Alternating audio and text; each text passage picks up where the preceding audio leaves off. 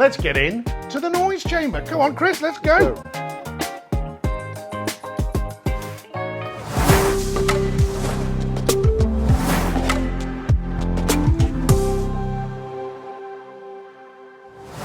Hi, I'm Peter Haddock. I'm here with Chris Hill, and Chris, you have a very important yet very quiet job to do here at Perkins Engines. One of the facilities we've got here behind us is a noise room. Chris, I've called it a noise room. It's probably not that, is it? Tell me, what do we have behind us and why is it so important as to what you do to keep things quieter? Okay, so what we have here is one of our 3 noise cells. And as you can see, they're all lined with foam here. So the idea is that we can measure the engine and noise, and we can eliminate any reflections and anything else that's going on in the cell and purely pick out the engine noise. And obviously we want to reduce the engine noise so that when it goes into the machine, we have the lowest possible, and it's a good marketing selling point. So folks, without further ado, let's get in to the noise chamber. Come on, Chris, let's go.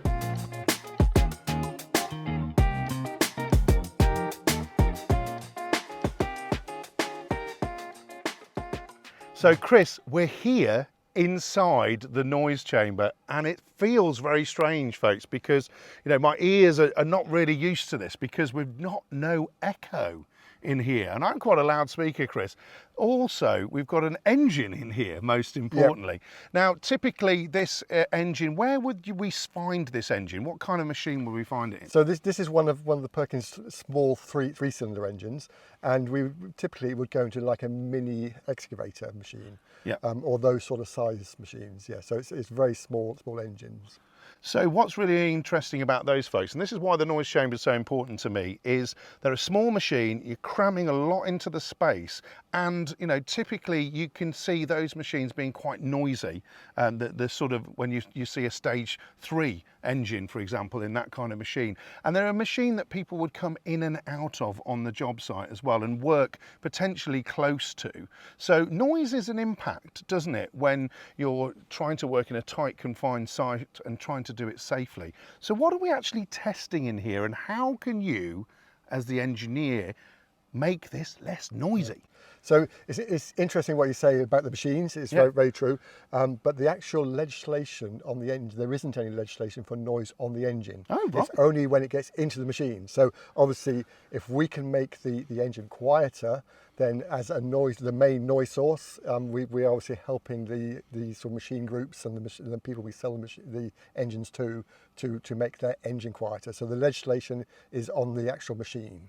Right, so that's really important because, one of the impacts that we have is we see a lot of these small machines working in inner city environments. And yes, you see other types of machines working there as well. But when you're looking at trying to get projects done quickly, you need performance. So you need to do stuff faster, you need to dig faster. And we're seeing people use smaller and smaller machines because the power and the hydraulic capability of those machines is greater. But of course, as you move into the larger machines, you move into potentially more noise. So if you can do something with a mini excavator, smaller tail swing, compact radius in fact, then actually you can work in environments and maybe work those few extra hours as well because of the noise is kept out. The noise is more of a selling point, and when you come into like the sort of the inner city areas and where you've got building sites, it's very, very important that we do keep those noise levels down, because it's not just the building site, it's everybody around it. So what can you actually do then? Because you've got an engine here, and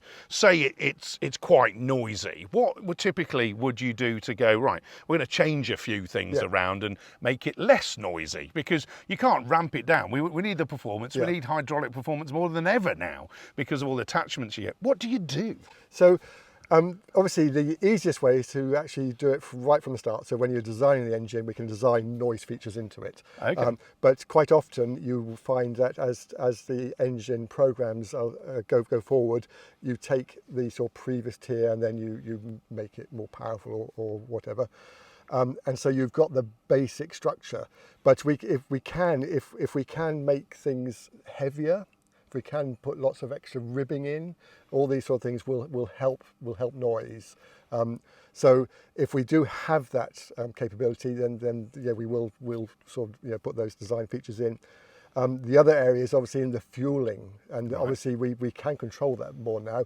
We have a IDI engine here, but on the sort of common rail engines that we're doing now, we can control all the timings and the fuel quantities and the fuel rail pressures and things, and they all affect noise. Right. So we can, obviously the main thing, we have to still meet all the emissions. Yep. So, but once we have those targets, we can then play around, and we can actually make the engines quieter.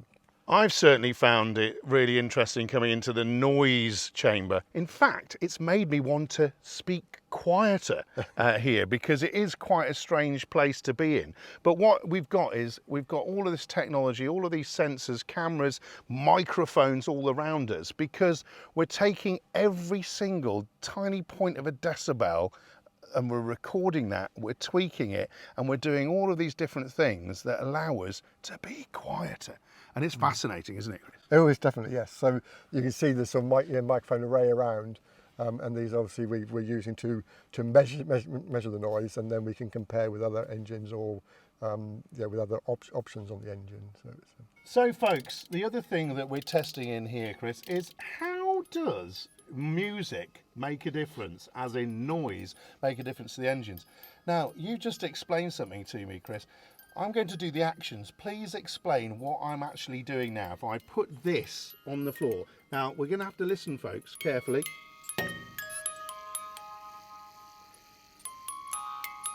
Right, if you can hear that. Okay, so hopefully you can hear that the volume goes up when you touch the music box onto the base plate here, and we're using the whole structure to radiate the noise. So now we're just radiating from the music box, and now we're using the structure to radiate the noise. So what that means, folks, and you can hear the little tinkle there, is if you get it wrong, and this is why you've developed this noise chamber, if you get it wrong, it becomes very loud and not a nice place to actually be in the cab. Yep. Get it right, and you've done it well, isn't it? So that's a fantastic example of why noise is so important in developing an engine, and also where you put different components, isn't it? That's right. So what we're showing here is that obviously if we were to use a rubber mount or something between it, we would reduce it. Right, Chris, now introduce the rubber mat for us. So here we go.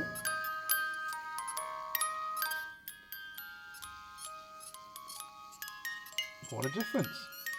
We're on the rubber mat now, and now we're off the rubber mat. Let's put it close, there. Incredible, the difference, isn't it? Absolutely incredible. So it just shows how important it is to get the right mounting. Yeah. Certainly is, Chris, and we've proven that with some fantastic traditional old tunes, haven't we, from the music box. So Chris and his team are always busy being quiet here, and the quieter they get, the quieter we get on site. And the quieter we get on site, the better it is for the environment for everyone, particularly with small machines, but anybody working near a machine or anybody having to be in an inner city environment with something that's really loud, that's waking them up in the morning, maybe doing shift work or something like that. You know, fundamentally, if we can get the machines quieter, we can have a better environment around the workforce and around people. And also, when we're talking about sustainability and developing new things, low emissions, great, low noise, great. So we might even see in the future, Chris, a low emissions and a low noises zones in our inner cities. And wouldn't that be a good thing for everyone? Yes. Chris, it's fascinating to meet you. I'll leave you to it in this very, very bizarre noise chamber, which I know you spend a lot of time in. Great to meet you. Cheers. Thank you.